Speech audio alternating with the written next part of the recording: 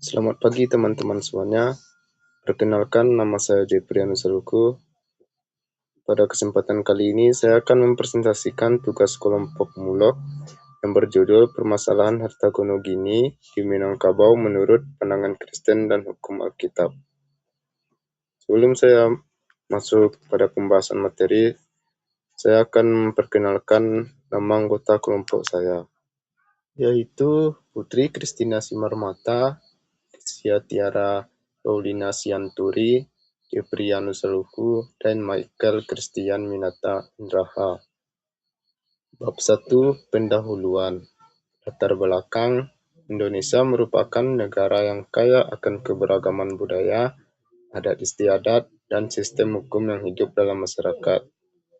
Salah satu sistem adat yang masih kuat dan terus dipertahankan hingga saat ini adalah sistem kekerabatan matrilineal dalam masyarakat Minangkabau. Sistem ini menempatkan perempuan sebagai garis utama dalam menarikan keturunan serta sebagai pewaris utama harta pusaka keluarga.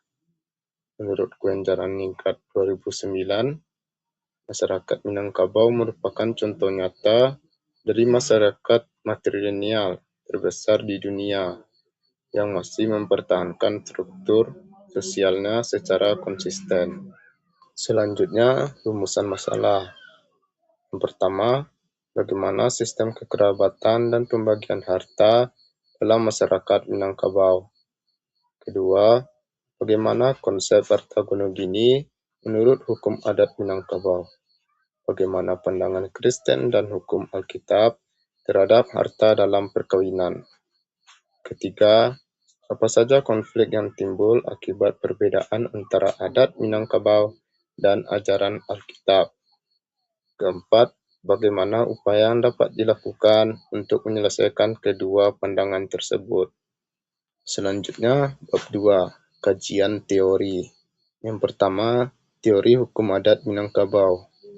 Hukum adat merupakan sistem norma yang tumbuh, berkembang, dan dipertahankan oleh masyarakat sebagai pedoman dalam kehidupan sosial. Hukum adat tidak tertulis, tetapi memiliki kekuatan mengikat yang kuat karena didasarkan pada nilai, kebiasaan, serta kesepakatan bersama dalam masyarakat. Dalam konteks Minangkabau, hukum adat menjadi landasan utama dalam mengatur hubungan sosial, termasuk dalam hal perkawinan, pewarisan, dan kepemilikan harta. Kedua, teori harta gono gini dalam perkawinan. Harta gono gini merupakan harta bersama yang diperoleh selama berlangsungnya perkawinan.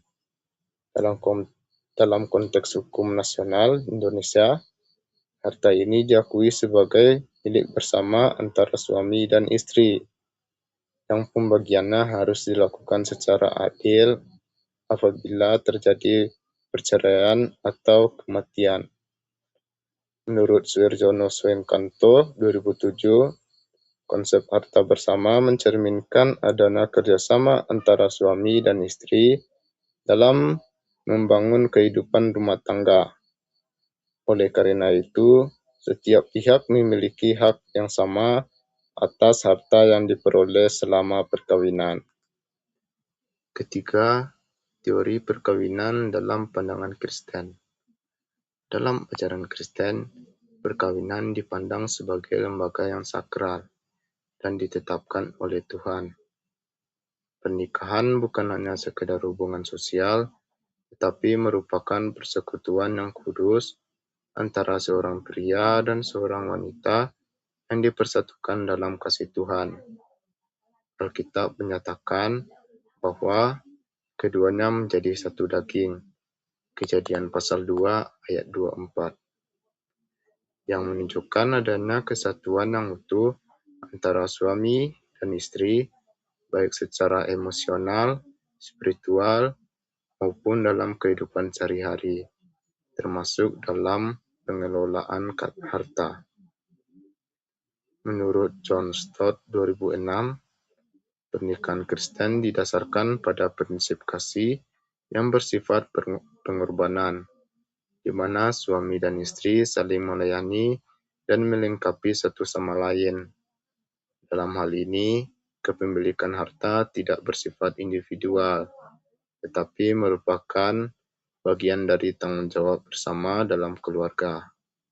Selain itu, Guthrie Donald 1990 menegaskan bahwa hubungan dalam keluarga Kristen harus mencerminkan kasih Kristus yang mengutamakan kepentingan bersama dan kesejahteraan keluarga di atas kepentingan pribadi. Keempat, teori keadilan dan etika dalam pembagian harta.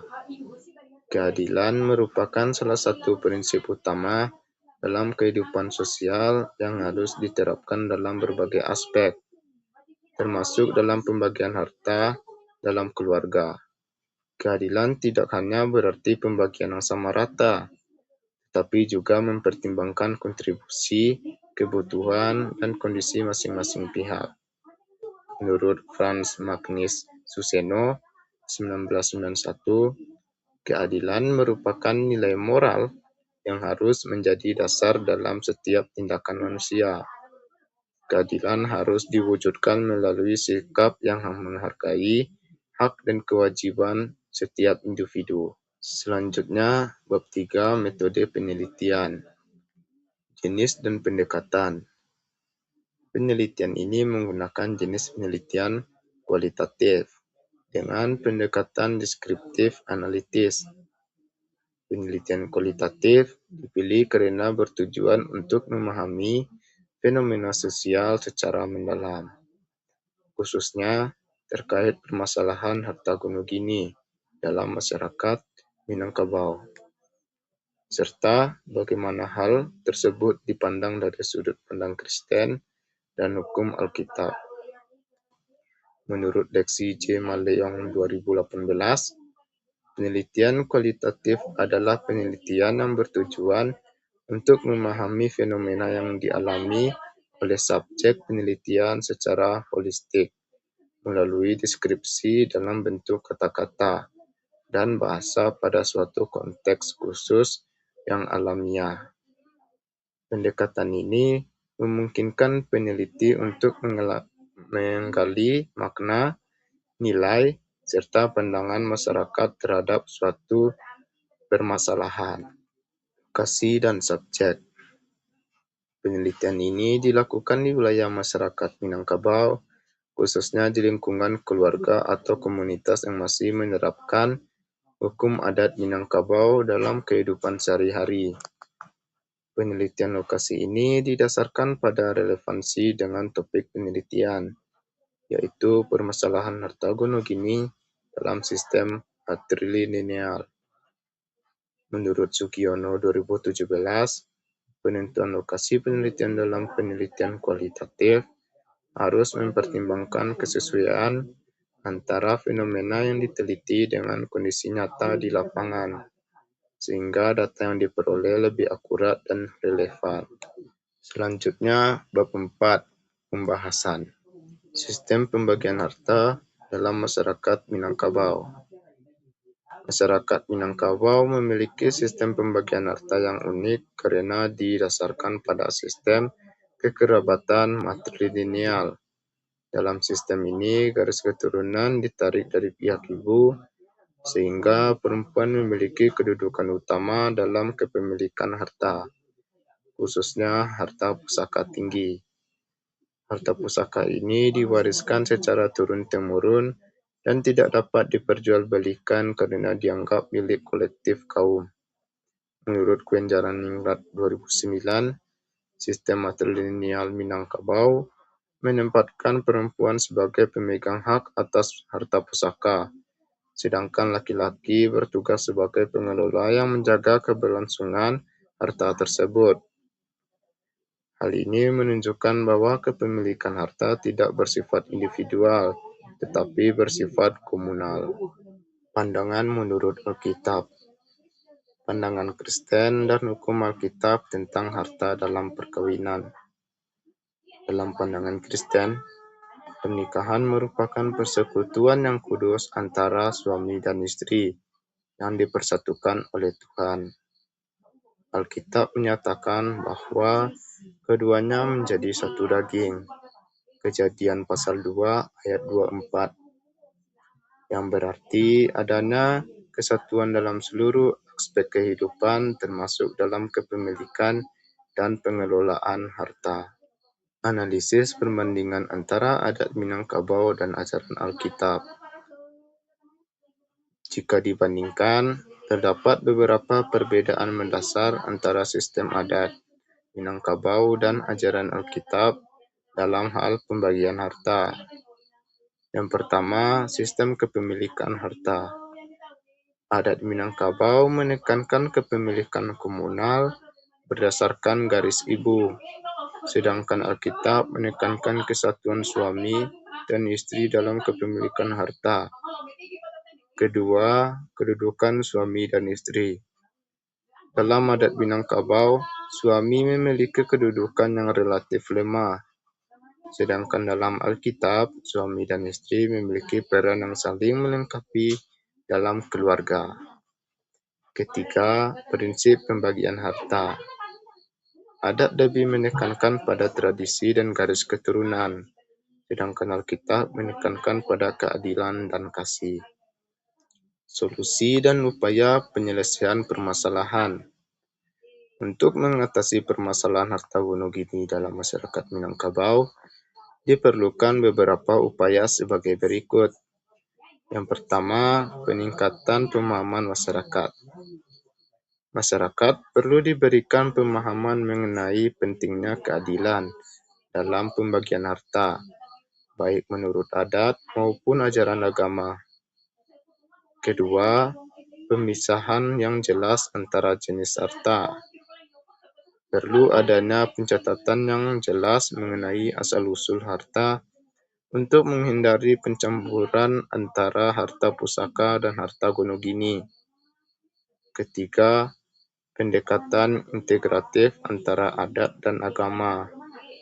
Nilai-nilai adat yang baik dapat dipertahankan, tetapi perlu disesuaikan dengan prinsip keadilan dan kasih dalam ajaran Alkitab. Keempat, musyawarah dalam penyelesaian konflik. Penyelesaian masalah sebaiknya dilakukan melalui musyawarah untuk mencapai kesepakatan yang adil bagi semua pihak. Selanjutnya, bab 5. Kesimpulan, berdasarkan pembahasan yang telah diuraikan pada bab-bab sebelumnya, dapat disimpulkan bahwa permasalahan harta Wonogiri dalam masyarakat Minangkabau merupakan persoalan yang kompleks karena dipengaruhi oleh sistem adat, hukum nasional, dan ajaran agama.